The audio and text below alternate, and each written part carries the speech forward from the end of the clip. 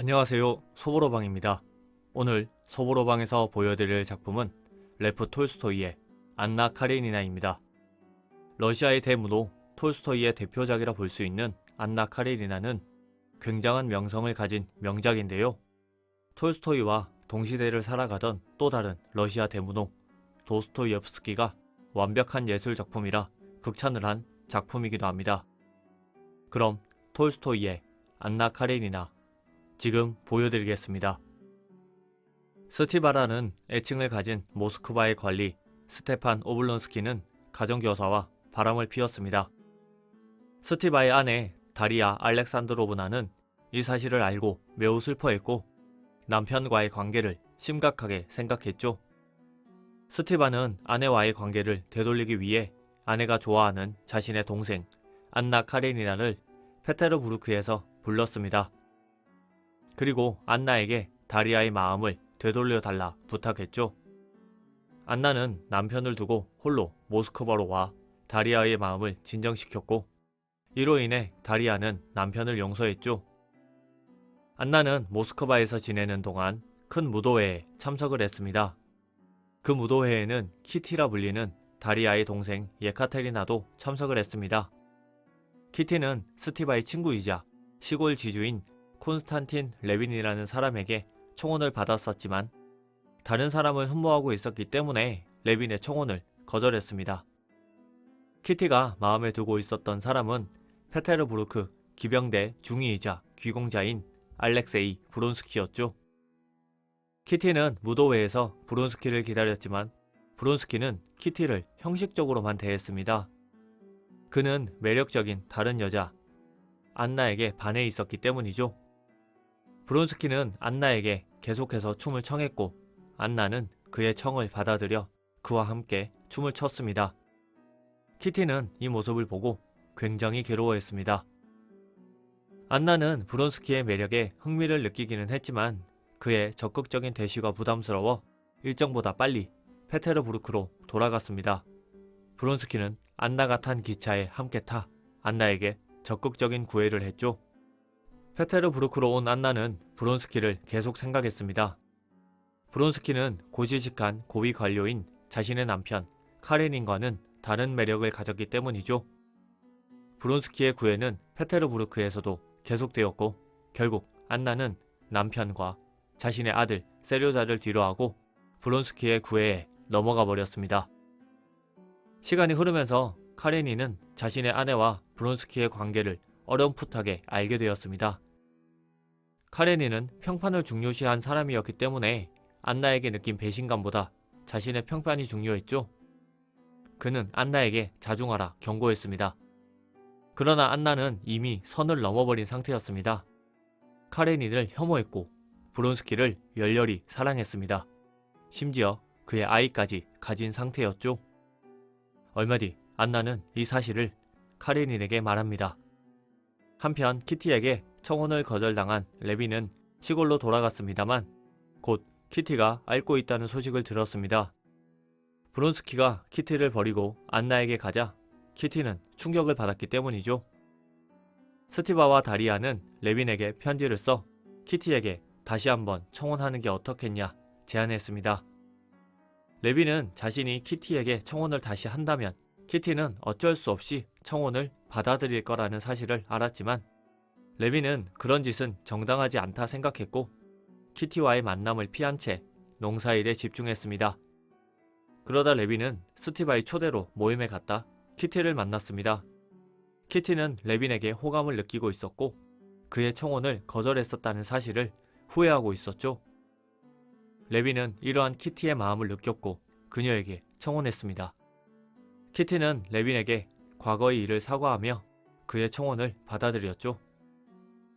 안나는 이제 카레닌을 무시하고 당당하게 브론스키를 만나기 시작했습니다. 아내에게 배신당한 카레닌은 변호사를 찾아 이혼을 알아보기도 하고 안나에게 고통을 주기 위해 아들을 빼앗는 방법을 찾아보기도 했죠. 그러던 어느 날 집사는 안나가 출산 중이며 위독한 상태라며 카레닌을 찾았습니다. 카레닌은 안나가 있는 페테르부르크 저택으로 급히 갔습니다. 의사는 안나가 아이를 낳긴 했지만 매우 위독하다며 곧 생을 마감할 것이라 말했죠. 그곳에 있던 브론스키는 안나가 죽어가고 있다며 카레닌이 시키는 대로 할 테니 저택에 있게만 해달라 빌었습니다. 안나는 의사의 말대로 매우 위독한 상태였습니다. 그녀는 카레닌에게 카레닌이 너무 좋은 사람이라 말했습니다. 그리고 자신을 용서해달라 말했죠. 카레닌은 죽음의 목전에 있는 안나를 보고 지금까지 복수를 생각했었던 마음이 사라졌습니다. 안나를 용서해줬고 브론스키에게 안나의 옆을 지키라 말하기까지 했죠. 안나가 생을 마감할 것이라는 의사의 말은 며칠이 지나자 바뀌었습니다. 안나가 생기를 되찾은 것이죠. 카레닌은 브론스키에게 잠깐 집에 가 있으라 말했습니다. 자신은 안나를 용서했으며 안나를 지키는 것이 지금 자신의 의무라며 안나가 브론스키를 찾으면 말해주겠다 했죠. 브론스키는 지금까지 카레닌을 안나의 하찮은 남편으로만 생각했었지만 이때 그의 생각은 바뀌었습니다. 카레닌이 자신보다 훨씬 고귀한 사람으로 느껴졌죠. 집으로 돌아온 브론스키는 자신이 사랑하는 안나를 잃는다는 생각에 절망에 빠졌습니다. 그는 안나를 위해 사교계의 평판, 가족 등 수많은 것들을 포기했고 자신에게 남는 건 하나도 없다고 느꼈죠. 그는 절망 끝에 자살을 시도했습니다. 하지만 다행히 부상으로 끝났죠. 몸을 회복한 안나의 마음은 여전히 브론스키를 향하고 있었습니다. 스티반은 여동생 안나의 소식을 듣고 카레닌을 만났습니다. 그리고 안나를 용서할 생각이 있다면 모든 걸 용서하라 말했고 카레닌은 그러겠다 말했죠. 안나가 이혼을 원한다면 이혼까지 해주겠다며. 하지만 안나는 이혼을 원치 않았습니다. 이혼하게 된다면 아들 세료자를 볼 수 없을 것 같았기 때문이죠. 안나는 카레닌과 아들 세료자를 둔 채 브론스키와 자신이 낳은 브론스키의 딸 아냐를 데리고 외국으로 떠났습니다. 한편 레니는 키티와 혼인을 했고 시골로 내려가 함께 살게 됩니다. 레비는 그곳에서 시골 지주의 삶을 살면서 러시아 농노들과 함께하는 삶을 꿈꿨고 실행에 옮기려 애썼습니다. 그 일은 쉽지 않았지만 레비는 멈추지 않고 자신이 원하는 이상을 위해 한 걸음씩 나아갔습니다. 브론스키와 안나는 외국에서 평온한 삶을 살다 러시아로 돌아왔습니다. 안나는 세료자가 무척이나 보고 싶어 카레닌 몰래 세료자를 만나러 가기도 했지만 불안해했죠.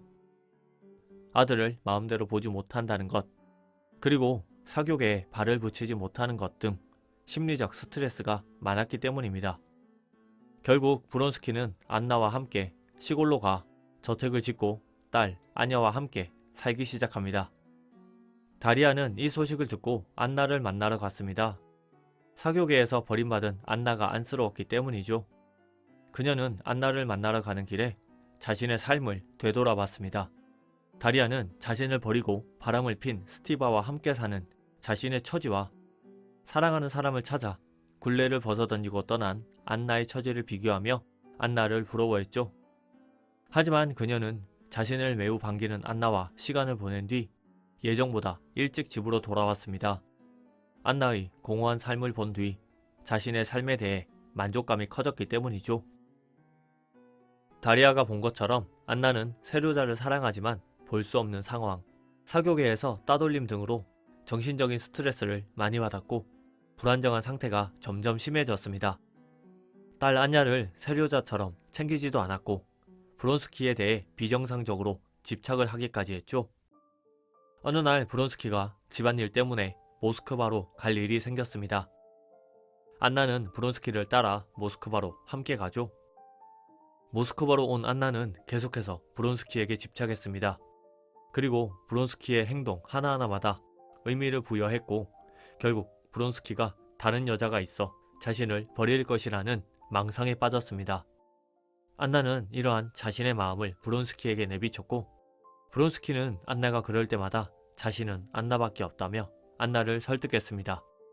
그러나 결국 안나는 자신의 망상에서 빠져나오지 못했습니다. 그녀는 스스로 열차에 몸을 던져 생을 마감했죠. 브론스키는 안나의 소식을 듣고 몇 주간 충격에 빠져 미친 사람처럼 지냈습니다. 그러다 삶의 의욕을 잃은 듯 자신의 돈으로 의용대를 꾸리고 터키와의 전쟁에 참전하죠. 카레닌은 안냐를 입양해 키웁니다. 한편 레빈과 키티 부부는 아이를 가졌습니다. 키티는 무사히 순산했고 레빈은 행복한 가정생활을 이루게 되죠. 그는 가족을 이루고 아이를 가지면서 신에 대해 생각하게 되었고 자신이 계속 고민했었고 질문했었던 시골 농노들과 함께하는 삶에 대한 해답을 찾게 됩니다. 소설은 이렇게 끝이 납니다. 안나 카레리나는 3권이나 되는 굉장히 긴 소설입니다. 본 영상에서는 시간 관계상 그 많은 내용을 담지 못해 아쉬움이 남습니다.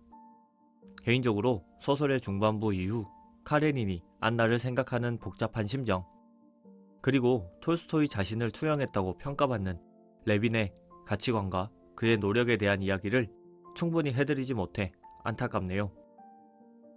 긴 만큼 깊이가 있는 소설, 소보로방에서 보여드린 러시아의 대문호 레프 톨스토이의 안나 카레니나였습니다. 영상이 마음에 드셨다면 좋아요, 구독 버튼을 눌러주세요. 감사합니다.